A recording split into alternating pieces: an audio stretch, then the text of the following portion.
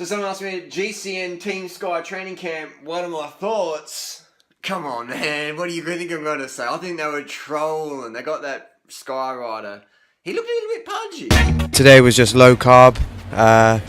Get some low cadence work in, some torque work. Now, not having a go. I'm not having a go. I'm just saying that I'm not a pro rider. I've never been a professional rider. Yeah, raced in Belgium, etc. But I was more pack filler than like pro. So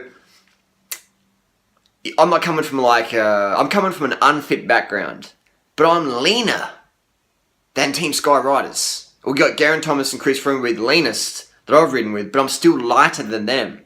All right, and I have a lower body mass index, and I am not even training fuck all. Follow me on Strava. So in my critique of this video, I'm not having a go. I'm just sharing my comments and criticisms. All right, so don't take it personally if your name gets mentioned in this video or whatever. But I just find that in 2016, we would have a team such as Team Sky. I'm not sure if the riders are trolling. I'm not sure. I think it's Alex Peters. Someone. I'm not sure if they're trolling. He said, "Oh, we're doing low cadence, say low carb," and dude's got a puffy face. And I'm thinking maybe that's why you look puffy. And you'd be a professional cyclist, in my opinion. I'm not having a go. I'm just saying you should not have ever a weight problem if you're a pro cyclist, because you're training so fucking much. Like, I can't train that much because I would get so fucking lean. I even said to Geraint Thomas, the lightest I got down was like 59 kilos, and he's just like, look at me like, you know, he's like, you know, because he was saying like, you know, it's really hard to keep your weight low. I find it incredibly easy, but I don't eat the same because my nutritionist is me. It's not Nigel Mitchell, it's not Rob Ellingsworth, etc. Both of those guys, I'm sure they're lovely guys, I've never met them, but they're overweight. And if you're given coaching and nutrition advice and you're overweight, and your sport is about watts per kilo, I don't think that all your advice is going to be legit, because you can't even control your own weight.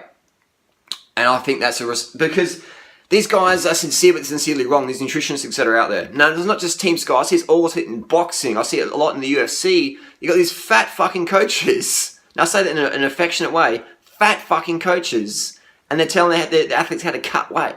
It's like, man, it obviously didn't fucking work for you because you're fucking fat. No, this shouldn't, athlete or not, man, you should be lean, slim when you're that age, alright? Especially if you're like over 40, you should be lean as fuck because you've been doing some good shit long term. If you've been doing bad shit long term, it's going to show on you. So we've got the chef, the Sky chef is overweight. I'm not going to fucking eat food as a pro athlete from a chef who's overweight, unless that chef is making food that I prescribe them to make. And the chef is going, oh, we're doing low carb. And then serves up like 5 trays of potatoes and rice. Like, someone needs to educate this chef. The potatoes and fucking rice aren't low carb.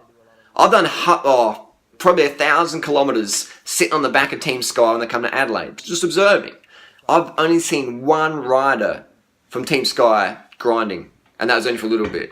And that was Chris Sutton, and he's always got into knee issues. Everyone else I saw, the hitters, Richie, Port, Geraint Thomas, Chris Froome, Ian, all those guys, just fucking spinning. Big cadence. Low carb, low cadence. I'm not sure it's serious, but I know what's going to happen is you're going to get some viewers who don't understand and never trained with pros or been behind the scenes. And they go, oh yeah, I'm going to go out tomorrow, I'm going to ride at 30 RPM everywhere, and I'm going to fucking eat nothing but fucking coconut oil and bacon. And I'm like, kids are going to try this, man. This is why I make these videos. This is why I wear crazy shit. Because kids, teenagers, younger lads, that's my target audience, because they're the future. The old cunts like me or older than me, most of us are too stuck in our way. I'm not going to take advice from dude who's got half his fucking face shaved. Fair enough. But teenagers, they're more open. They've got less ego. They're more open to change. The riders of the new generation, even like Chris Froome, these fuckers are open to change. Chris Froome sprouts shit in his fucking shoes or whatever, like little sprout bags. Sprouting lentils and shit. Cadence. Tim Kerrison's come to cycling with fucking no real experience, but he's just observed it from the outside and goes, And Tim Kerrison, he's a fucking guru, but he's just come new to it. He doesn't have the ego to unlearn things. All these old school Euros or Americans are like, yeah, this is how we do it, you know. But Tim Kerrison, spinning, in the saddle, spinning, you know. So that's changing shit up. And the old school coaches like low carb, like, Dr. Atkins is the low carb guru. Dr. McDougall is the high carb guru. Who's slim? Dr. McDougall's slim. Who's fat? Actually, Dr. Atkins is dead. He's obese. He had a heart attack, fell over, hit his head. Rest in peace, Dr. Fatkins. You killed a lot of motherfuckers with your heart disease. It's your karma. You deserve to die. Earlier. So when people say low carb, low cadence, I'm just like not sure if serious. But that's my tip, man. I'm as lean as a GC rider. I train fuck all. I've done maybe 50 Ks this week. Alright? So if it's working for me, and my mother is clinically obese, and my oldest brother is like 30 kilos heavier than me, and it ain't muscle, then something's working. There's something in the high carb thing. There's something in not having whey protein if you're a cyclist looking to lose weight. Yeah, if you're anorexic, then smashing the protein powders to gain weight, because that's what fucking rugby players do. But telling your athletes to eat like rugby players, oh, get your protein, boys, get your protein, lads, get your protein, lads.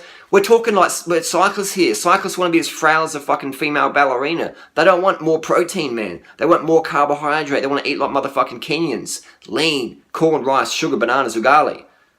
Teff, rice, things like that. Low protein, low fat. I almost said low carb. Low carb is exactly what you want to eat if you want to burn off muscle. Even fucking Nigel Mitchell said that. Nigel Mitchell said in that documentary BBC, when you're running out of carbs, you're burning your gluconeogenesis, you're burning your muscle off. Now, I don't know, maybe these guys are trying to do low carb to burn muscle off. If that's okay, that's fine, I'm cool with that. But let's be clear to the audience that's what they're doing. Not versus saying, oh, we're doing low carb to lose weight, because you don't lose weight, you lose muscle. Otherwise, all those low carb fuckers, you go to any low carb convention that's full of fat fucks. You come to our festival, it's full of lean motherfuckers, and you got a few overweight people, but you come back in 2 or 3 years, they're lean again. I've seen the most radical motherfucking transformations in terms of weight loss and the athletic performance, totally natty, from high carb, raw till 4 vegan style. Smashing the fruit, rice, sugar, carbs, corn, bananas. There's no fucking doubt about it, man. This shit increases your nitric oxide levels in your blood. It helps your endothelium health. Increases oxygen transport, uptake and delivery around the body. Cycling is all about oxygen. If you don't have enough oxygen, you're fucked. Doesn't matter what's going on, what you're on, what you've done, who you are. If you don't have enough oxygen to your legs, you are going zub. You're going nowhere. So this lifestyle helps increase oxygen percent in the blood. Eating more fat, it gets your blood cells sticky together. Look it up, guys, everyone out there. Red fat increases red blood cell aggregation, congregation, coagulation. It just makes them stick together. That's why your legs feel blocked when you have a lot of fat. Just pour more olive oil on your food. Next day go out and train, your legs feel blocked. They feel blocked because your red blood cells are clumping together. Not good for clots or thrombosis.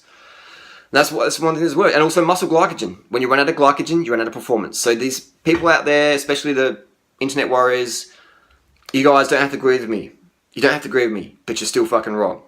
Any nutritionists out there, disagree with me? You don't have to agree with me, but you're still wrong. Any of these fat coaches out there, the fat UFC or boxing coaches, oh, you know, the carbs are bad. You fat fucks, you don't have to agree with me, but you're still wrong. And you're compromising the performance of your athletes. You're making you don't really care about your athletes. You're just sort of like, oh, look at me. You just fucking browse the internet, see what fad's going on, and go, oh, bacon's good for you. I like eating bacon. Yeah, my athletes should eat more bacon. You're justifying complacency to your athlete, and you're justifying complacency on the net, etc. High carb for the win. Again, you don't have to agree with me, but you're still fucking wrong.